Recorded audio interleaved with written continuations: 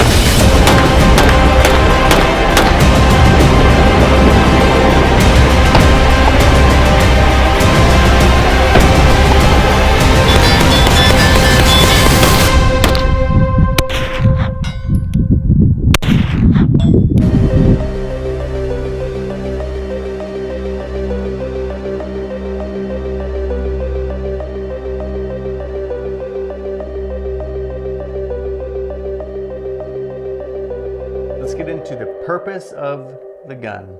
So Walther says that the Q5 was primarily designed for competition use, and there's a few things that I think make this a good option for competition. Those being the weight, the controls, the trigger, and the optics kit. And we'll talk about those more in depth in the video, but straight out of the box, it's a pretty strong contender. And it's a really good shooting pistol. Out of the box, it's USPSA approved for production and carry optics and IDEPA approved for stock service pistol and carry optics. So the Q5 Match comes in two different variations of the non-steel frame, and that's the M1 and the M2. The only difference between the two is that the M1 has ambidextrous slide stop and magazine release, and the M2 has a reversible magazine release and an ambidextrous slide stop. So it's basically just the magazine release being reversible or ambidextrous. Yep. I have the M2 version.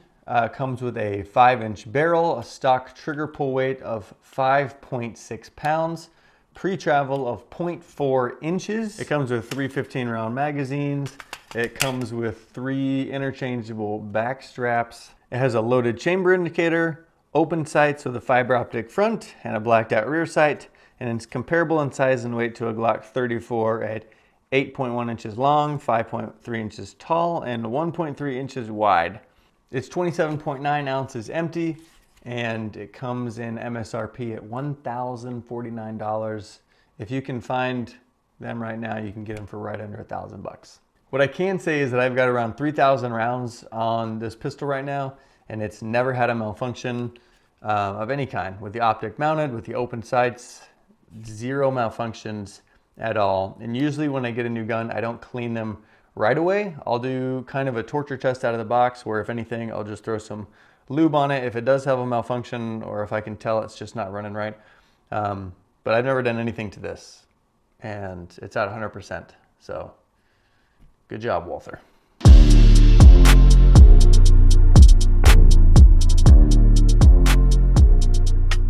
Let's talk about the slide and the barrel. first. Third. So a lot of the real estate on this Q5 is taken up with lightning cuts and serrations, and that's a good thing. I like it. It does allow some debris to get in the barrel, and it has dirtied up the internals, but it's a competition pistol, so it makes sense. If you don't know, lightning cuts have several advertised meanings, from reducing recoil to increasing the reciprocal rate to pure aesthetic goodness. In this case, I emailed Walther and I was like, what are they for? And they said reducing recoil. Another thing that I think lightning cuts can be good for is if you're shooting hand loads or reduced power loads in competition and you want the gun to shoot as flat as possible, lightning cuts or a different recoil spring can aid in increasing that reliability for loads like that. But that's just tuning your gun. So the lightning cuts and serrations are pretty aggressive on here, but I think they're very, very comfortable, and I like the way they're cut out. It's got a section here in the front cut out, which is really nice for all of my guys out there who like to do press checks.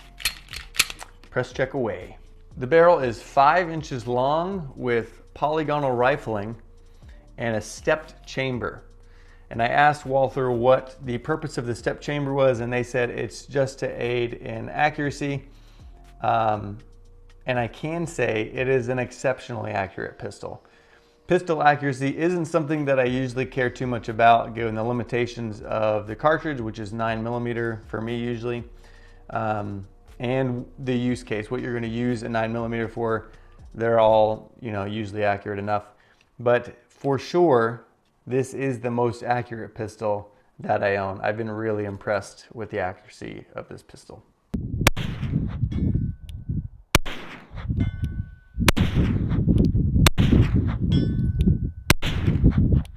It's got an excellent trigger, but it could also be just due to the inherent accuracy of the barrel manufacturing process and everything else they've done.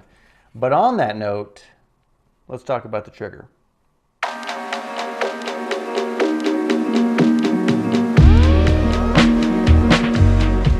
I really think Walther has some of the best stock offerings right out of the box, and the trigger is their best offering, I think. Walther has really good triggers that I've been impressed with, and I've been even more impressed by what Apex did to Walther's trigger. They made it that much better.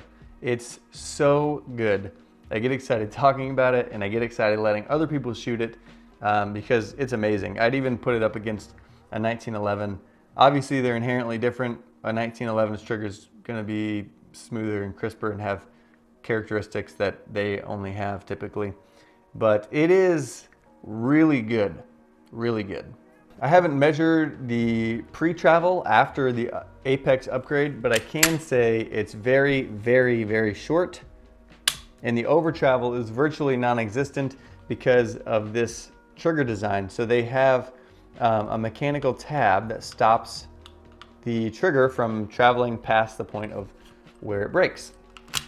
So you get a very short trigger pull, a crisp break, no over travel, and the reset is also very crisp.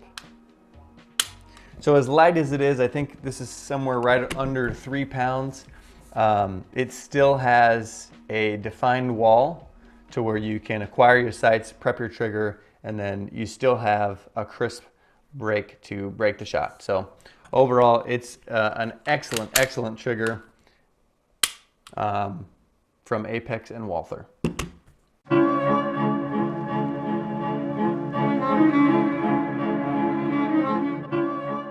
So like I said, Walther makes this in the steel frame version, as well as the M1 and the M2, which are the polymer framed versions. And if I had to pick one, like I said, it would be the polymer frame versions. I noticed that during competition, compared to something like my X5 Legion or just a heavier gun, that my draw stroke was a lot faster, and it's completely subjective, and it's something that you can train with and learn with, but I'm just used to shooting lighter polymer frame guns. So having a gun that's in that same class My draw stroke was a lot faster with this, and that's just something that I was used to and liked. So this is considerably lighter. I didn't like the stock texture on the grip. It's really mild, and I like an aggressive texture. So I added some Talon Grips on here, and they have worked really good. I'm due a new set. These are pretty worn, but they've been on here for 3 years, and they've been really good. I am gonna get it stippled, but I have commitment issues, so yeah. Another thing that I think Walther does really well is designing their grips to be very ergonomic. This is kind of tapered towards the top and bottom, and it has ridges in the center here. And the undercut has a shelf that's wider than a normal undercut right here by the magazine well in the undercut. And for controlling recoil, the more real estate you can get on the pistol and the tighter lockup you have, usually the better you're going to be able to handle that recoil. And they do a really good job. This shelf right here I think is really good for taking up some of that unused space when your fingers wrap around on the trigger. They do have finger grooves and some ridges on the side, which some people might not like, but I don't really care, and it feels really good. I find myself adjusting my grip after a stringer fire a lot less than I would if I was shooting like an M&P or a stock Glock. Some aspects of this, like the width of the undercut shelf here and the finger grooves, like I said, people might not like, but it fits my hands like a glove. So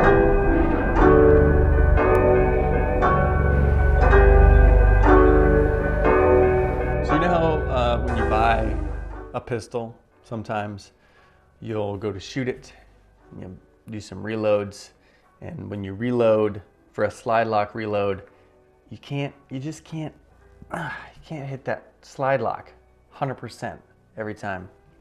Well, you'd be hard pressed to find that same problem with a Walther.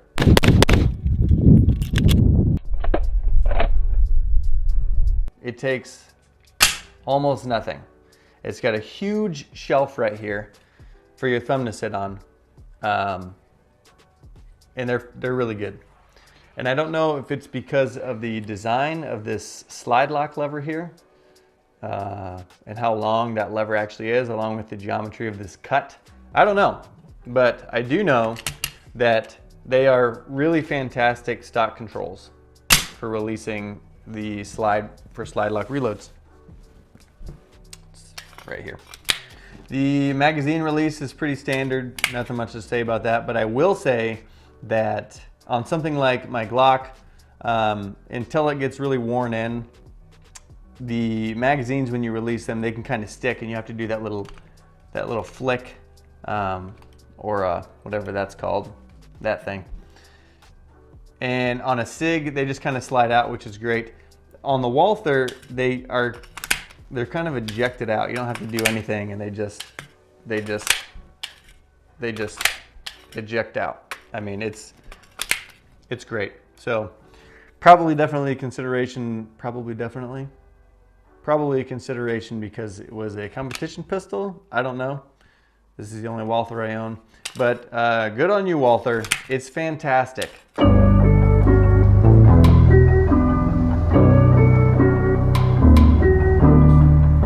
The Q5 comes with a removable rear sight plate and 3 optic mounting plates.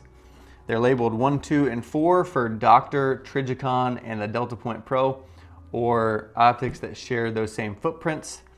And you do need to remove the rear sight if you want to install an optic, so no co-witnessing unless you have a creative solution.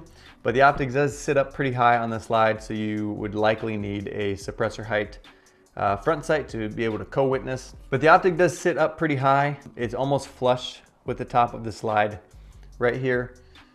I haven't noticed any significant changes in recoil or anything like that.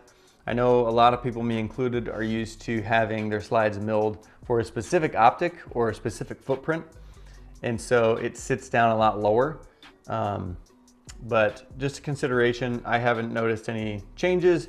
and it's not that big of a difference for me just to pull that gun up a little bit more. It still feels pretty natural, and it hasn't slowed me down at all. So these stock sights are a blacked out rear sight and a fiber optic front sight. And this aiming solution has become really popular in the last few years for good reason. The fiber optic picks up a lot of light, and having a bright front sight allows you to have faster target acquisition, and the width of these sights is really good for still making precision shots at distance, and they have worked fantastic. It's also adjustable for height and windage. I've never had to adjust it, but it's adjustable. The only other thing that I'll mention with an optic setup like this that sits up so high is mechanical offset, but really it's not that high. And if you see a lot of the guys that compete in the open that have tricked out 2011s, they'll actually mount the optic fixture to the frame and it sits up even higher than that. So not that bad. Well, it wouldn't be a proper review without the good, the bad, and the ugly. You knew it was coming. Many of these that I'm going to mention, if not all of them, are subjective, and they are shooter preference. But we will start again with the grip. That's the only thing that I've changed on here because I really did not like the grip texture on the grip.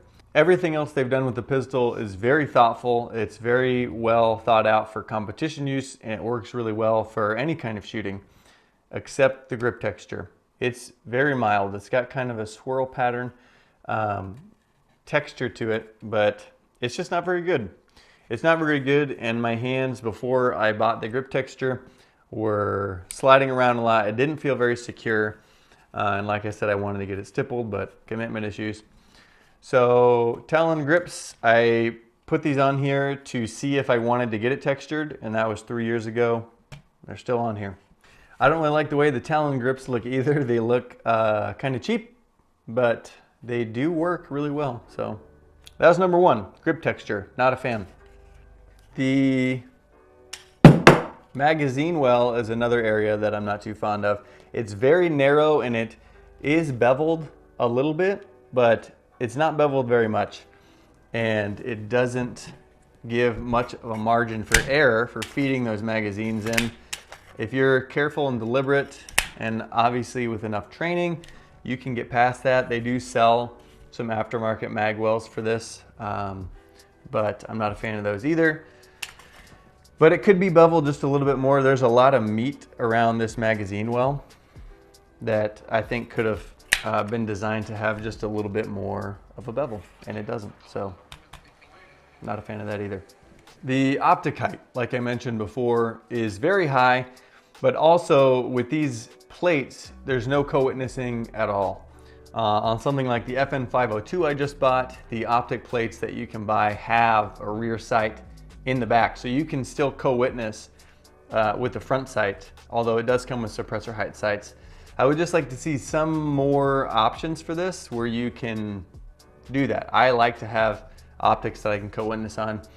You could probably get this cut in the front for an optic, a rear sight here. I don't know. I'd have to look at the geometries of the slide and see if that would interfere with any internals, and I don't really care. But again, it was designed for competition, so it's less of a concern for a gun that is designated for a contingent environment or self-defense or something like that, where if you run out of a battery, it's a bigger detriment. The last thing that I will say is slightly more objective, and that's the aftermarket offerings. So unless you have a Glock or a SIG nowadays, aftermarket offerings are slimmer, and Walther's no different. Like the magwells, they had Taylor Freelance magwells. There's nothing else that I really wanted to do to this. Base plates for the magazines, if you want those. But shopping around for accessories can be a little bit difficult because slim pickings. But that's just the nature of the beast. Usually when I get a new gun, I'm guilty of wanting the latest and greatest modifications to make it mine, to make it custom, because I don't want there to be any confusion that it's my gun. It's my gun. But with the Walther Q5, you really don't have to do any of that. It's good to go right out of the box. I really do love this Apex trigger, but the stock trigger is pretty good as well. It's very ergonomic. It's very easy to shoot. The recoil impulse is mild, and it's been very reliable. It's got optic mounting solutions, and I really don't have anything else negative or positive to say about it. It's a good option for competition. It's a good option for home defense, and it's definitely a good option just for training at the range. So I hope that you guys enjoyed the video. I love you. I'll see you in the next one.